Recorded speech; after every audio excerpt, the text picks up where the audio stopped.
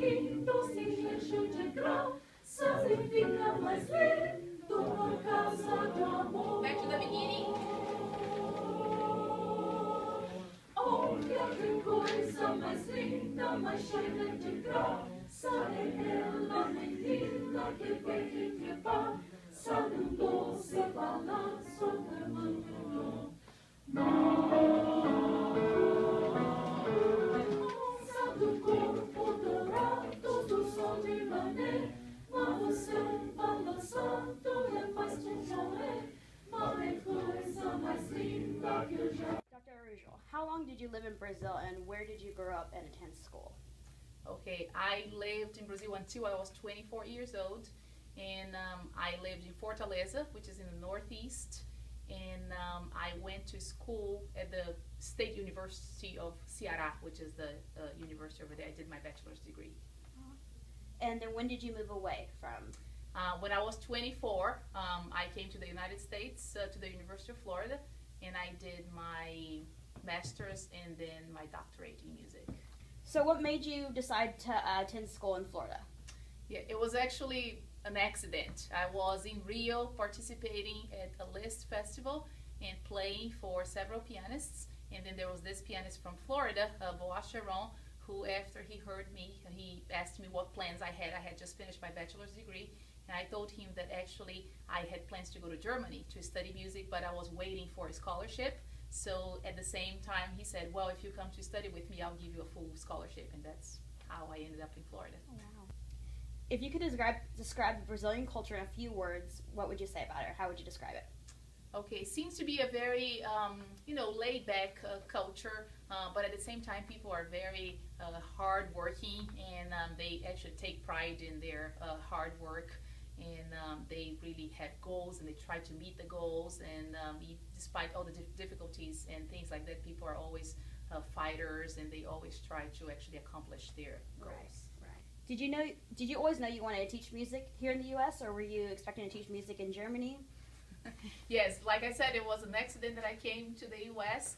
I knew at some point that I wanted to teach, because before coming to the United States, I had the chance to actually teach some English in Brazil as a second language. It was a way for me to practice the English I knew, and I really, even though I was a very shy person, but it was a new discovery for me to actually discover that I really loved teaching and sharing things with other people. So after I moved here, I became a TA, and I had an assistantship for many years in my grad school, and I really liked doing that. And since I stayed here, I thought that I could probably help, share my knowledge, or help music students, really create a passion about music, and I just really wanted to collaborate with Right. that. Was that your first time here in America when you went to grad school? It was my first time outside Brazil, so yes. Mm-hmm. So you recently took a group of students to Brazil. What parts did you go to, and how did it make you feel taking your music students back to Brazil with you? We went to Rio and São Paulo, the largest two big cities in Brazil. It was not my choice to actually go to Brazil, but I was actually very happy that the music people actually thought it was a great opportunity for me to actually lead this group to Brazil. And I have to say that at first I was very anxious and a little bit nervous, because I knew some things that happen in Brazil, violence and things like that, and of course it was a lot of responsibility for me to actually take a group of students, but I also know that it's also a very nice place and very lovable, and it was an opportunity to actually even break some of the cultural barriers and even some of the assumptions that people have related to the Brazilian culture. And I think, what was your favorite part of the trip? my favorite part was actually seeing how the international students, now let's say the American students, really engaged themselves in the Brazilian culture. It was very surprising for me that everybody loved the food and wanted to actually eat Brazilian food, and that they could actually easily blend, not just physically, but actually culturally, with the Brazilian culture, like by really, walking on the beach and, doing things that normal Brazilian people would be doing. It was actually very nice for me to actually see that everybody blended so well. I know there's a few Brazilian songs that you're teaching your students right now. What are they, and what do they mean to the Brazilian culture? Right, yes, we do actually plan to do this presentation with it's a sample of the Brazilian culture through these songs that we're going to perform here with the students. And we have actually 4 types of songs, and one is actually a traditional folk song, which is actually by Villa Lobos and very simple with simple harmonies. That's Bambalalão. The second one is Acalanto, which is actually a lullaby. So it's also a folk style, but kind of a little bit more sophisticated, which actually shows the inherited culture of Portugal with the lullabies and the songs.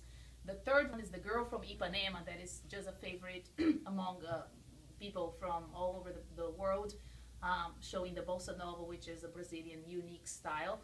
And the fourth one is Brejeiro, which actually shows the African American influence with the syncopated rhythms and sophisticated kind of combinations that is very particular to the Brazilian music. Are the students performing them here on campus? Yes, they're performing on April 21st at 3 o'clock here in Martin Hall, which is the time we meet for Recital Lab. Okay, great. Thank you so much. Thank you very much. Andrew, Yes. I know you're a music major here at Texas Wesleyan. Correct. What classification are you? I am a junior. This Okay. is my last semester as a junior. What do you play? Saxophone, and I doubled the woodwinds, and I studied piano and voice as well. Okay. So I know you went on the Viva Brazil trip. And I know you are Brazilian, or your family's Brazilian. Tell me a little bit about that growing up. I'm half Brazilian. I was born in the U.S., but my mother came to the United States when she was in her early 20s, and that was around, I think, 1985-ish. And I'm a dual citizen, so that means I'm both a Brazilian citizen and an American citizen. So how does it make you feel performing these Brazilian songs that we're learning in class in an American classroom and performing them here at Texas Wesleyan? It's interesting. I mean, I've performed Brazilian music before as well, and it's a good feeling because it's music that I grew up listening to as a child, and it has a lot to do with who I am and my musicality in general. And it's kind of fun to share that with people and know that I can contribute and answer questions with them, so it's not just kind of guessing, but it's being really involved and kind of spreading an idea of the culture, and I think it brings people closer together. So overall, I'm happy. Right. I know you also knew some of the different instruments that they have, in Brazil versus, here that we didn't know about that you said you have at home from growing up, or? Yeah, a lot of percussion-based instruments that they have there, and part of that is due to the African tradition from a lot of the Angolans that were brought over during Portuguese colonization. And the cuica, which is kind of like a little drum, and it has a stick inside of it, but you take a cloth and you rub on it, and it vibrates against the drum head and causes kind of like this bird call sound, and just various other percussion instruments that they use in music there. So I just have like little things laying around the house and stuff. Well, thank you, Andrew. I appreciate your time.